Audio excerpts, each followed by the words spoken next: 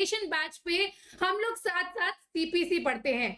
तो last lecture में हम लोगों ने क्या कवर किया? लास्ट लेक्चर में हम लोगों ने बेसिक एलिमेंट्स देखे एक सिविल सूट के। तो बड़े ही मजेदार तरीके से एग्जाम्पल के फॉर्म में हम लोगों ने वो सारे एलिमेंट्स देखे जो एक सिविल सूट को एक सिविल सूट बनाते हैं। ठीक है, अब आज की क्लास में क्या होने वाला है? आज बड़ी ही इंटरेस्टिंग क्लास है फिर से। आज हम लोग stages of civil suit cover करेंगे। भाई अक्सर लोगों को बड़ी कंफ्यूजन होता है कि यार क्रिमिनल सूट तो यार समझ में आ जाता है कि सिविल सूट क्या होता है, क्या होती है सिविल सूट में, प्रोसीडिंग किस तरह से चलती है कोर्ट की, क्या वो स्टेप्स होते हैं फॉलो करे जाते हैं जो सिविल कोर्ट के द्वारा एक सिविल वाद में। ठीक है, तो वो सारे स्टेप्स जो हैं जो एक सिविल कोर्ट फॉलो करता है in finally coming to a judgement और finally coming to a decision in a civil proceeding in a civil suit, तो वो सारे ही स्टेप्स हम लोग आज के सेशन में कवर करने वाले हैं। तो देर किस बात की, चलिए आज का सेशन शुरू करते हैं। देखिए सबसे पहले तो हम लोग बात करें अगर एक सिविल सूट की, ठीक है, एक सिविल सूट की अगर हम लोग बात करें तो यहाँ पे सिविल सूट और एक क्रिमिनल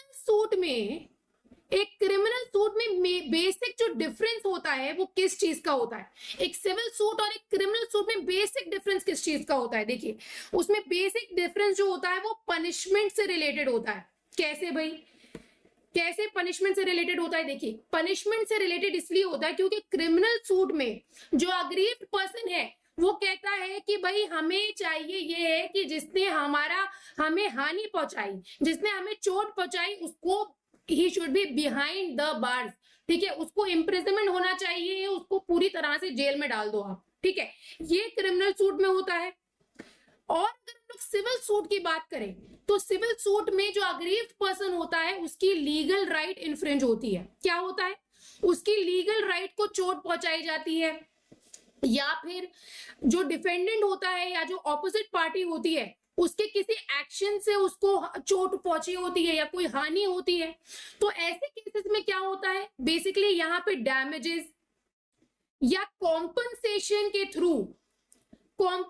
के थ्रू जो है वो प्लेंटिफ जो है वो मान जाता है, या उसका डिमांड ही, उसका जो रिलीफ होता है, जो रिलीफ वो जो डिमांड करता है वो मॉनिटरी टर्म्स में सेटिस्फाई किया जा सकता है। लेकिन ऐसा आईपीसी में या क्रिमिनल सूट में नहीं हो सकता है। ठीक है, तो एक तो बात ये हो गई। दूसरी बात ये है कि अगर हम लोग इंडिया की बात करें तो इंडिया में मैक्सिमम केसेस, अगर हम लोग सिविल केसेस की बात करें तो मैक्सिमम केसेस किससे रिलेटेड हैं? बताइए भाई किससे रिलेटेड हैं? अरे यूपी वालों बताओ भाई, मैक्सिमम केसेस जो होते हैं वो लैंड या प्रॉपर्टी से रिलेटेड होते हैं। भाई मार काट हो जाती है, भाई भाई का नहीं रहता, बेटा बाप का नहीं रहता, लैंड और प्रॉपर्टी के डिस्प्यूट मैक्सिमम होते हैं, मैक्सिमम। तो यहाँ पे लैंड और प्रॉपर्टी के जो डिस्प्यूट्स होते हैं वो क्योंकि मैक्सिमम होते हैं, तो बेसिकली सिविल सूट का जो प्रोसीजर होता है थोड़ा डिटेल्ड होता है। ठीक है, तो ये जो प्रोसीजर होता है एक सिविल सूट में, तो ये पूरा प्रोसीजर आपको फॉलो करना है। अगर आपने ये प्रोसीजर फॉलो नहीं किया तो आपका सूट जो है, आपका जो सूट है वो डिसमिस हो जाएगा, आपका सूट डिसमिस हो जाएगा, आपका सूट कोर्ट के द्वारा रिजेक्ट कर दिया जाएगा। ठीक है, आपकी कोई सुनवाई नहीं होगी। तो आपको एक पूरा प्रॉपर प्रोसीजर फॉलो करना होता है। तो ये तो बात हो गई आपके स्टेजेस की। अब देखिए, अब पहले स्टेज पे हम लोग आते हैं। देखिए अब यहाँ पे अगर हम लोग पहले स्टेज पे आए, फर्स्ट स्टेज क्या होती है एक सिविल सूट की?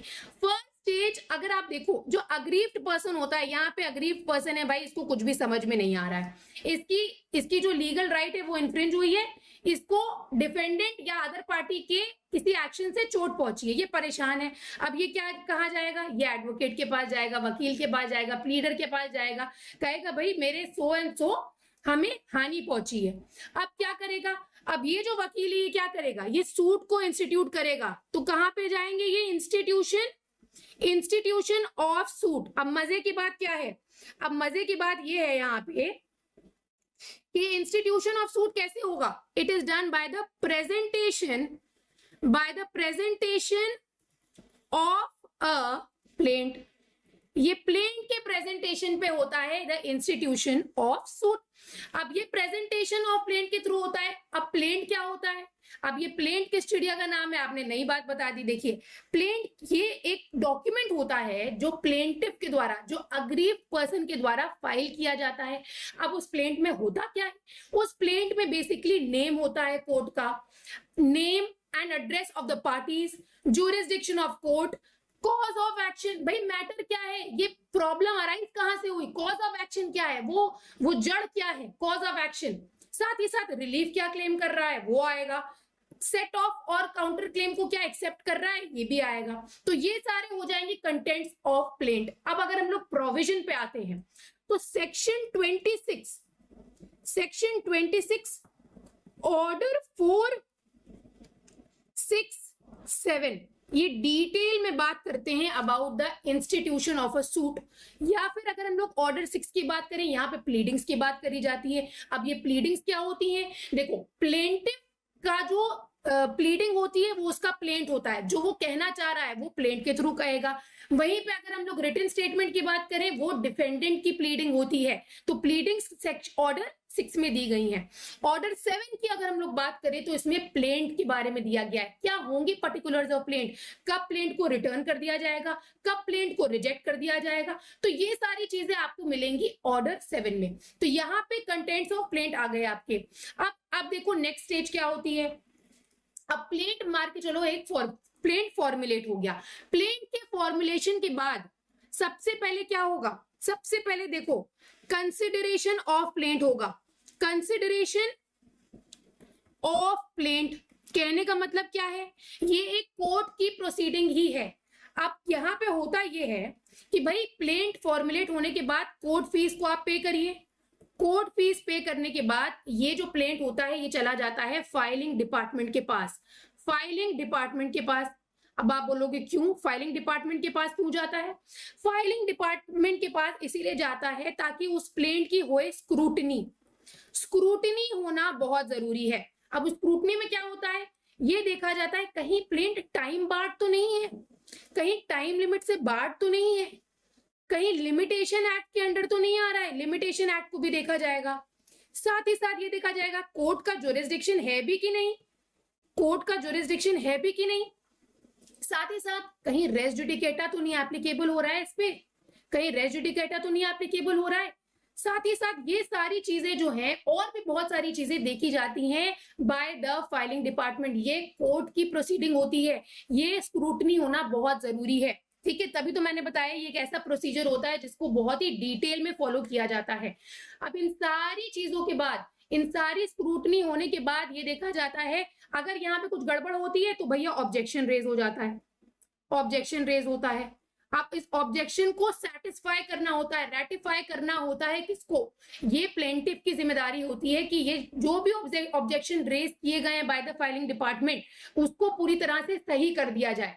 अब उस ऑब्जेक्शन रेज होने के बाद अगर ऑब्जेक्शन रेज हुए हैं और अगर नहीं हुए हैं फिर फाइनली जो है प्लेंट जो है वो एडमिट कर लिया जाता है। अब यहां तक की पूरी कहानी रही। उसके बाद कहीं जाके प्लेंट को एडमिट किया जाता है। तो from the very beginning, from the particulars of the plaint, contents of the plaint हम लोगों ने देखे और हम लोगों ने देखा किस तरह से इसकी स्क्रूटनी होती है। भाई कोर्ट फीस बहुत इंपॉर्टेंट रोल प्ले करती है। ये कंसिडरेशन बहुत ही इंपॉर्टेंट स्टेप है। अगर नहीं हो तो ये डिफेक्ट होता है, ये डिफेक्ट हो जाएगा फ्रॉम द वेरी बिगिनिंग तो पूरा मामला ही बिगड़ जाएगा। आगे बढ़ते हैं। अब देखिए, अब बड़ा ही इंटरेस्टिंग एक चीज आने वाली है। देखिए अब यहां पे क्या होता है, next step, the issuance of summons. Issuance of summons. अब कोर्ट क्या कहता है? कोर्ट डिफेंडेंट से कहता है कि भाई आपको इन्फॉर्म किया जा रहा है, आपको इन्फॉर्म किया जा रहा है कि आपके अगेंस्ट एक सिविल सूट जो है वो इंस्टीट्यूट किया गया है। सिविल सूट इंस्टीट्यूट किया गया है। अब हम आपको नोटिस दे रहे हैं कि आप अब कोर्ट में अपीयर करिए on so and so date. समझ में आ रहा है? तो ये इशुएंस ऑफ समन्स, और ये होता कहां है? ये होता है under order 5 section 27। Order 5 section 27 talks about the issuance of summons. Clear हो गई। अब यहाँ पे इशुएंस ऑफ समन में दो सिचुएशन अराइज होती है। पहली सिचुएशन देखिए, पहली सिचुएशन ये है कि जहां पे summons are duly served, summons are duly served, और दूसरी सिचुएशन जो होती है वो ये होती है कि जहां पे summons are not duly served, are not duly served. कहने की बात ये कि भाई समन ही ड्यूली सर्व नहीं हुए, मतलब सही तरीके से सर्व ही नहीं हुए हैं। अब जहां पे समन्स आर ड्यूली सर्व्ड वो तो चलो हमें समझ में आ गया, लेकिन जहां पे समन्स आर नॉट ड्यूली सर्व तो यहाँ पे कोर्ट कहता है कि आप सेकेंड समन भेजेंगे, सेकेंड समन जो है वो आप भेजेंगे। सेकेंड समन कौन से ऑर्डर के अंदर होता है? ये होता है अंडर ऑर्डर 9 रूल 6, रूल 6 सब रूल 1B, ठीक है। सेकेंड समन का आदेश होता है अंडर ऑर्डर 9 रूल 6 सब रूल 1B, क्लियर। तो ये हो गया सिचुएशन जहां पे summons are not duly served. अब देखिए, अब एक और घटना अराइज होती है। अब जहां पे when summons are duly served, when summons are duly served, भाई ड्यूली सर्व हो गए, अब क्या प्रॉब्लम हो गई? The summons are duly served, अब क्या परेशानी, अब क्या घटना घट गई जो आप नहीं जो है आप को क्या परेशानी हो गई? अब देखिए यहाँ पे भी दो सिचुएशंस अराइज होती हैं। क्या? व्हेन डिफेंडेंट अपीयर्स, और दूसरी घटना ये होती है when defendant does not appear, defendant does not appear. अरे भाई डिफेंडेंट क्यों नहीं अपीयर कर रहा है जब समन्स ड्यूली सर्व हो गए? क्या आपको परेशानी नहीं है कि आपकी रेपुटेशन पे इतनी बड़ी बात हो गई, सिविल सूट आपके अगेंस्ट आ गए, उसके बाद भी आप अपीयर नहीं कर रहे हैं? तो जब डिफेंडेंट नहीं अपीयर करता है तो सीधे सीधे कोर्ट क्या आदेश करता है? एक पक्षीय कार्रवाई करने का आदेश कर देता है। क्या होती है एक पक्षीय कार्रवाई? एक्स पार्टे प्रोसीडिंग, एक पक्षीय। आप खुद ही नहीं आ रहे हैं भाई, आप खुद ही नहीं आ रहे तो हम क्या करें इसमें ना। और ये कहां होता है? ये होता है अंडर ऑर्डर 9 रूल 6 सब रूल 1A, ठीक है।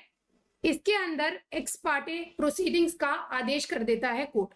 हालांकि इसमें सेट असाइड करने का भी एप्लीकेशन जो है, इसका एप्लीकेशन दिया जाता है, सेट असाइड करने का एप्लीकेशन भी दिया जाता है अंडर रूल 13 में। रूल 13 में सेट असाइड करने का भी एप्लीकेशन दे दिया जाता है, और अगर कोर्ट सेटिस्फाई हो जाता है तो सेट असाइड भी हो जाता है। लेकिन ये पावर है कोर्ट के पास। साथ ही साथ कोर्ट चाहे तो इनके अगेंस्ट एक्स पार्टे ऑर्डर भी पास कर दे, और अगर ये अपीयर नहीं करते हैं तो ऑर्डर 8 रूल 10 में जजमेंट भी पास कर सकता है।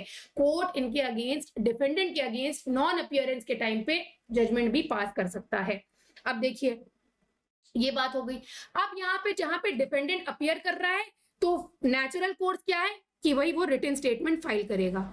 रिटन स्टेटमेंट को फाइल करेगा कोर्ट में। कौन करेगा? डिफेंडेंट करेगा। ये क्या होता है? रिटन स्टेटमेंट क्या होता है? It is the reply given by defendant, ठीक है।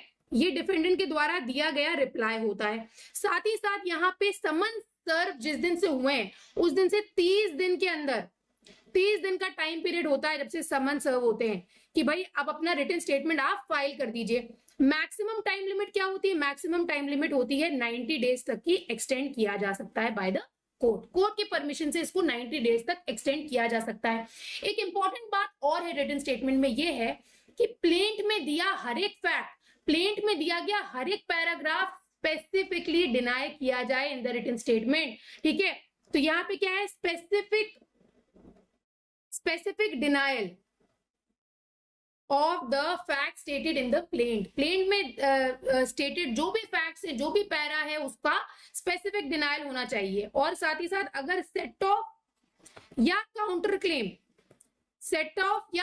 क्लेम जो है वो चाह रहा है डिफेंडेंट करना, तो ये भी मेंशन किया जा सकता है उसके रिटन स्टेटमेंट में, ठीक है। तो ये सारी चीजें जो है रिटन स्टेटमेंट में मेंशन्ड होती हैं या होनी चाहिए। और ये कहां दिया गया? It is given under order 8 of CPC, clear. इतनी बात यहां तक की क्लियर हो गई। चलिए आगे बढ़ते हैं। अब रिटन स्टेटमेंट के बाद क्या होता है, देखिए रिटन स्टेटमेंट के बाद होता यह है कि कोर्ट में दोनों ही पार्टी क्या करती है, production of documents, production of documents कौन करता है भाई, आइदर पार्टीज करती हैं, आइदर पार्टीज, और ये ओरिजिनल फॉर्म में होना चाहिए, ये डॉक्यूमेंट्स जो है ओरिजिनल्स में होने चाहिए before the settlement of issues, framing of issues से पहले जो है ये डॉक्यूमेंट्स, जो दोनों ही पक्ष के लिए इंपॉर्टेंट डॉक्यूमेंट्स हैं, जो होने ही होने चाहिए प्लेंट के साथ, रिटन स्टेटमेंट के साथ, वो डॉक्यूमेंट्स आप पेश करेंगे। और ये कहां दिया गया है, it is given under order 13 of CPC, framing production of documents order 13। ये बात हो गई प्रोडक्शन ऑफ डॉक्यूमेंट्स की। आप देखिए प्रोडक्शन ऑफ डॉक्यूमेंट्स के बाद एक बड़ा ही इंटरेस्टिंग स्टेप आता है और वो होता है examination of parties, examination of parties. अब एग्जामिनेशन ऑफ पार्टीज क्या होती है पता है, जो फर्स्ट हियरिंग होती है ना, जो फर्स्ट हियरिंग होती है वही होती है एग्जामिनेशन ऑफ पार्टीज। कहां दिया गया है, it is given under order 10, order 10 के अंदर एग्जामिनेशन ऑफ पार्टीज के बारे में दिया गया है। क्या पूछता है कोर्ट, कोर्ट पूछता है भाई कुछ एडमिट कर रहे हैं आप लोग या कुछ डिनाई किया जा रहा है, जो भी फैक्ट्स आए ये है, ये प्लेंट है, ये रिटन स्टेटमेंट है, कौन एडमिट कर रहा है, कौन डिनाई कर रहा है, तो ये सारी चीजें जो है ये देखी जाती हैं कोर्ट के द्वारा under the examination of parties order 10। ठीक है, क्या एडमिट किया जा रहा है या डिनाई किया जा रहा है ये देखा जाता है। साथ ही साथ एडीआर का ऑप्शन जो है यहीं पे खोल देता है कोर्ट। कहां दिया गया है, ऑर्डर 10 के रूल 1A में एडीआर के बारे में दिया गया है। कोर्ट कहता है alternative dispute resolution outside the court settlement court direct करता है, आप ऑप्ट कर सकते हैं। भाई ये प्रोसीडिंग हमारी मत बढ़ाइए, अगर कोर्ट के बाहर ही सुलझ रहा है मामला आप सुलझा लीजिए। ये बात हो गई एडीआर की। कहां दिया गया है ADR, ADR is given under section 89 of CPC. बात क्लियर हो गई, एग्जामिनेशन ऑफ पार्टीज का स्टेप क्लियर हो गया। वेल एंड गुड, आगे बढ़ते हैं। अब देखिए एग्जामिनेशन ऑफ पार्टीज के बाद एक और इंपॉर्टेंट स्टेप आता है और वो रिलेटेड है फ्रॉम डिस्कवरी एंड इंस्पेक्शन। अब ये किस चिड़िया का नाम है भाई, डिस्कवरी एंड इंस्पेक्शन किस चीज का।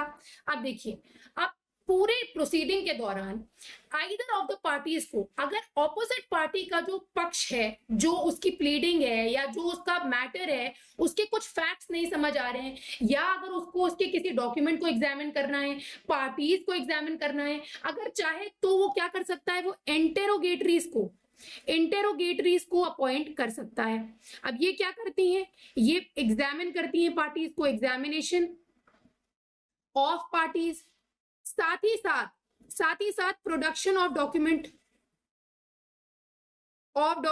अगर किसी डॉक्यूमेंट को प्रोड्यूस करना है तो उसमें भी मेजर रोल प्ले किया जाता है under discovery and inspection by the interrogatories. Discovery and inspection कौन से ऑर्डर में दिया गया है, डिस्कवरी एंड इंस्पेक्शन दिया गया है under order 11 of the civil procedure code. बात क्लियर हो गई, यहां तक की पूरी कहानी समझ में आ गई। अब कहानी में देखिए आगे क्या होता है, होता यह है कि भाई कोर्ट पूछता है आइदर ऑफ द पार्टीज, क्या आप लोग कुछ एडमिट कर रहे हैं, जो फैक्ट स्टेट करे गए हैं ऑर्डर 12 में दिया गया है, भाई जो फैक्ट स्टेट किए जा रहे हैं केस में, क्या केस को एडमिट कर रहा है कोई भी party, is either of the parties, either party admitting. अगर एडमिट कर रहा है तो फिर वो अपनी प्लीडिंग्स में उसको मेंशन कर देगा, प्लीडिंग्स में या किसी भी रिटन फॉर्म के डॉक्यूमेंट में, रिटन डॉक्यूमेंट में उसको मेंशन कर देगा कि भाई हम ये पार्ट को एडमिट कर रहे हैं या हम पूरे मैटर को ही एडमिट कर रहे हैं। भाई कोर्ट का काम आसान हो गया, कोर्ट बड़ा खुश कि भाई एडमिशन हो गया है, बड़ा आसान हो जाता है, मतलब प्रोसीडिंग कोर्ट की इजी हो जाती है, जितना भी आगे का प्रोसीजर है वो बच जाता है।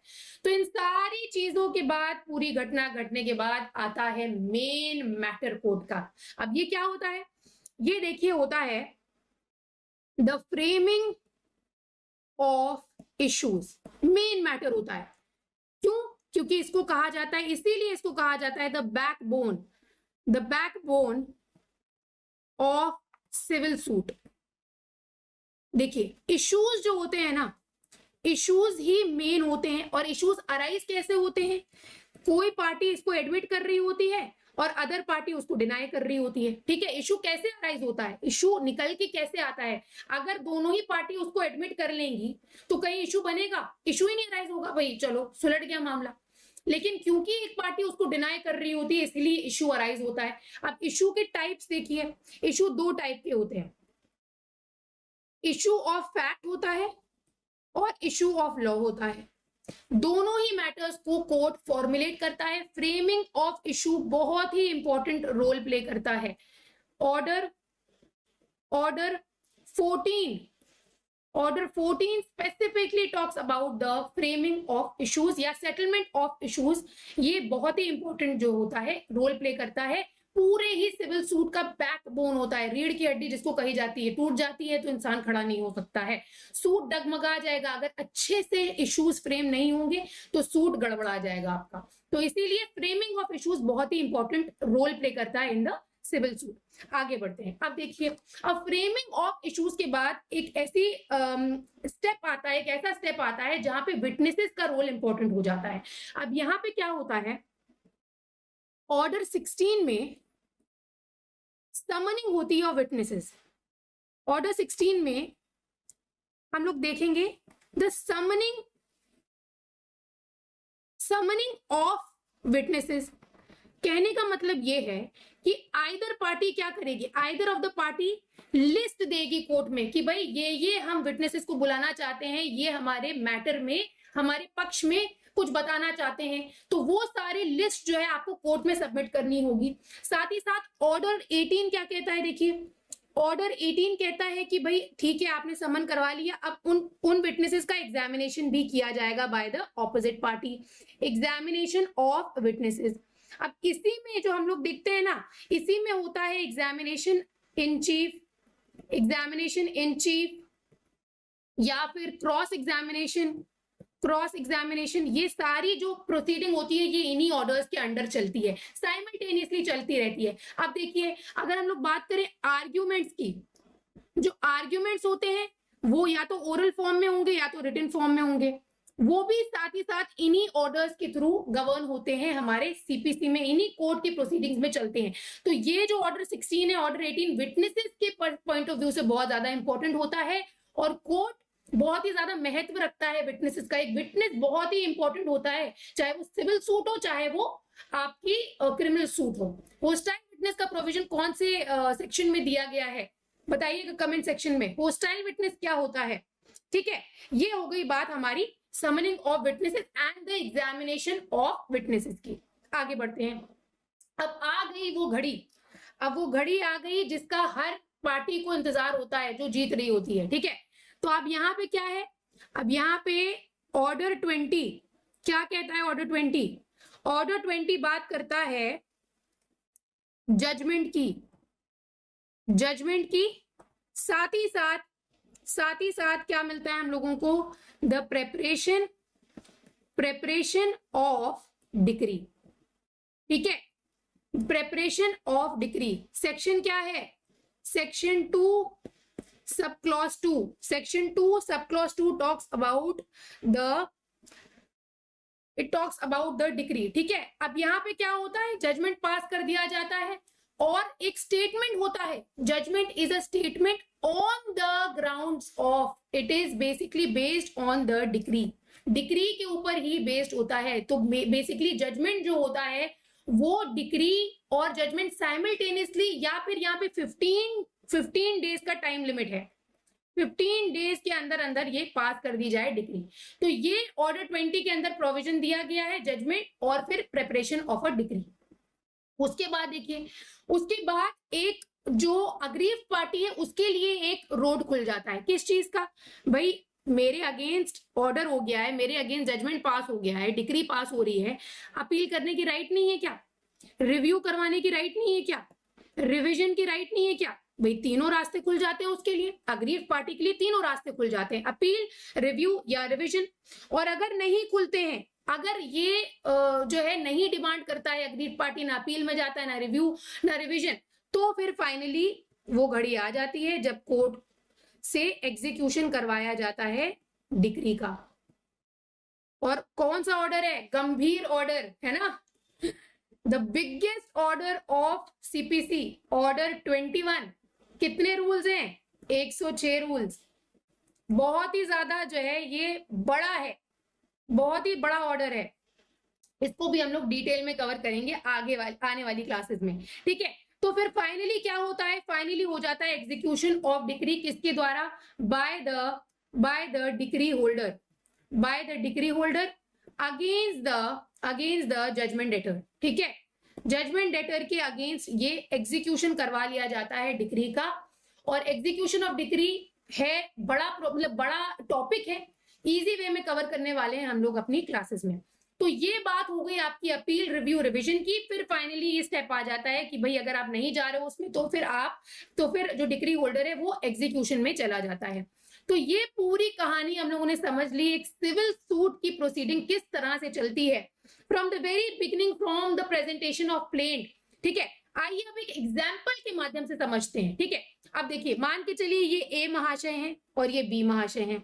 ए महाशय की हर एग्जाम्पल की तरह राइट जो है वो इन्फ्रिंज करी गई है बाय बी, ठीक है। इनको कोई हानि पहुंची, कोई चोट पहुंची। अब ये क्या करेंगे? ये एक प्लेंट लेके आएंगे, प्लेंट इंस्टीट्यूट करेंगे। प्लेंट इंस्टीट्यूट करने के बाद कोर्ट क्या करेगा? कोर्ट पेरूजल होगा, उसके बाद सम्मन इशू कर देगा कोर्ट। कोर्ट क्या करेगा? कोर्ट विल इशू सम्मन। सम्मन किसको इशू करेंगे? डिफेंडेंट को। डिफेंडेंट चुप तो बैठेगा नहीं, डिफेंडेंट कहेगा भाई हमें भी अपनी बात रखनी है। तो डिफेंडेंट क्या करेगा? रिटन स्टेटमेंट फाइल कर देगा, written statement by the defendant. अब रिटन स्टेटमेंट के बाद क्या है? वो अपीयरेंस नॉन अपीयरेंस वाला पूरी कहानी जो हम लोग ने अभी समझी। उसके बाद क्या होगा? कोर्ट कहेगा भाई आपने डॉक्यूमेंट्स को प्रोड्यूस कर दो। प्रोड्यूस द डॉक्यूमेंट्स, कौन अपनी बात को कितना महत्व दे रहा है, कौन सा डॉक्यूमेंट कितना ज्यादा इंपॉर्टेंट है, ये सारे इशू को डिसाइड करने के लिए बड़े इंपॉर्टेंट हो जाएंगे। तो प्रोडक्शन ऑफ डॉक्यूमेंट्स आ गया। प्रोडक्शन ऑफ डॉक्यूमेंट के बाद भाई क्या होगा? पार्टीज को एग्जामिन करा जाएगा, एग्जामिन द पार्टीज, पार्टीज को एग्जामिन करा जाएगा। एग्जामिनेशन ऑफ पार्टीज के बाद हम लोगों ने क्या देखा? डिस्कवरी एंड इंस्पेक्शन देखा।